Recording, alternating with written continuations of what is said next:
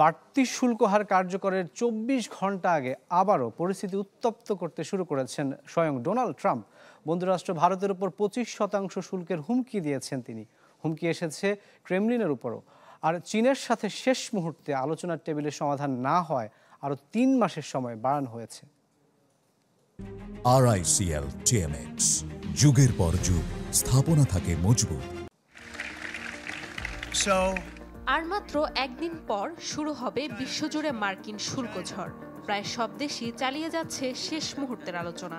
তবে এখন পর্যন্ত কারো কাছে মাথা নত করেনি যুক্তরাষ্ট্র, বরং নানা ছলে বলে কৌশলে শুল্ক যুদ্ধকে করছে আরও সময় সাপেক্ষ। পার্শ্ববর্তী দেশ ভারতের সাথে যুক্তরাষ্ট্রের সম্পর্কটা অম্লমধুর। USTR এর তথ্য মতে দেশ দুটির মধ্যকার বাণিজ্য $129 বিলিয়ন, ঘাটতি $46 বিলিয়ন, যা কমাতে ২৭% শুল্ক আরোপ করে যুক্তরাষ্ট্র। তবে পরীক্ষিত বন্ধুর প্রতি মাত্র 2% কর কমানোর এক প্রকার আভাস দিলেন তিনি।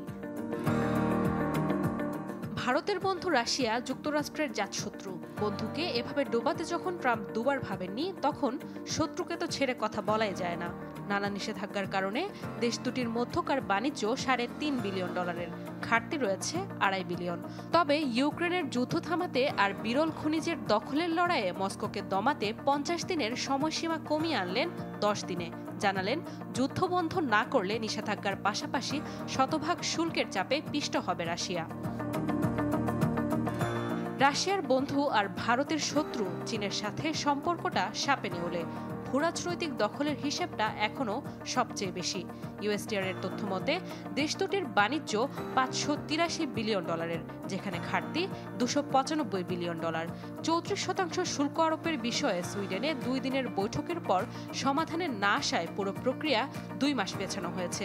আর এতেই পাল্টে গেছে পরিস্থিতি। থমকে গেছে বন্ধুরাষ্ট্র তাইওয়ানের সাথেও আলোচনা।